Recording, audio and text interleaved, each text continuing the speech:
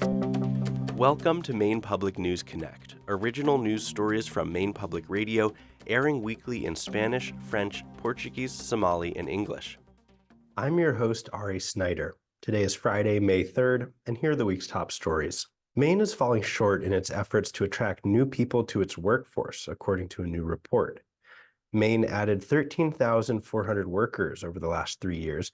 That is far below the pace needed to reach its goal of 75,000 more workers by the end of the decade. State officials say Maine's workers are some of the oldest in the country, creating a challenge as many of them retire. Tens of thousands of new residents moved to Maine during the early years of the pandemic, but state officials say it's unclear how long that trend will continue. Some businesses and economists in Maine say one way to address the labor shortage is by embracing immigration.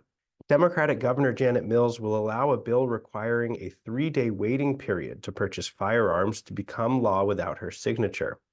Supporters say it could help prevent suicides, but gun rights groups have threatened legal challenges. Mills vetoed a separate bill that would have banned certain devices that can increase the shooting rate of some firearms. The governor said the language of the bill was too broad, but supporters of the legislation say it's more important to focus on the danger posed by these devices. Lawmakers have considered several gun laws in the wake of the Lewiston mass shooting last October. Governor Mills also vetoed a bill last week that would have established a minimum wage for farm workers. The proposal was brought forward this year by Mills herself after she vetoed a similar initiative last year. But the governor said a change to her bill by lawmakers compelled her to veto it. The amended version would have allowed farm workers to sue their employers, which she says poses a threat to the industry. Labor advocates said they were deeply frustrated with the governor's veto. Maine's first professional soccer team will start playing in Portland next year. Last week, the team unveiled its name, the Portland Hearts of Pine, a reference to the Maine state tree.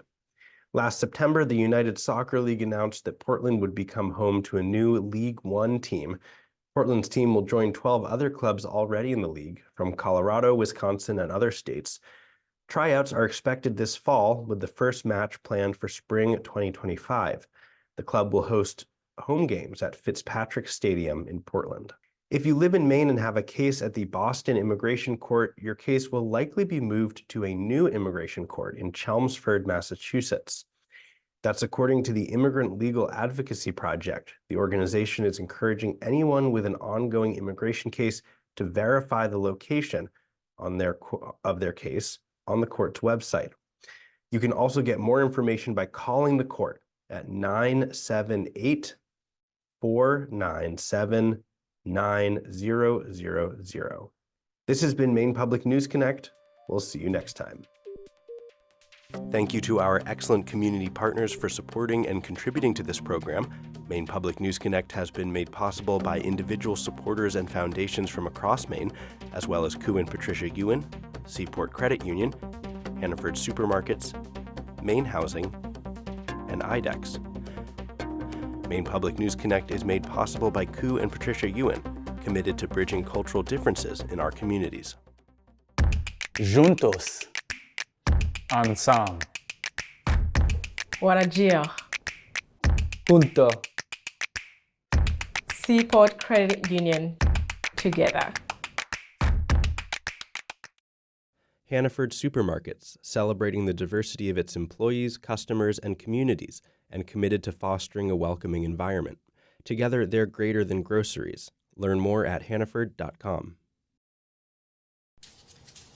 At MaineHousing, we know an affordable home is key. Our first home loan program offers Mainers low interest rates and down payment assistance on multi-unit properties.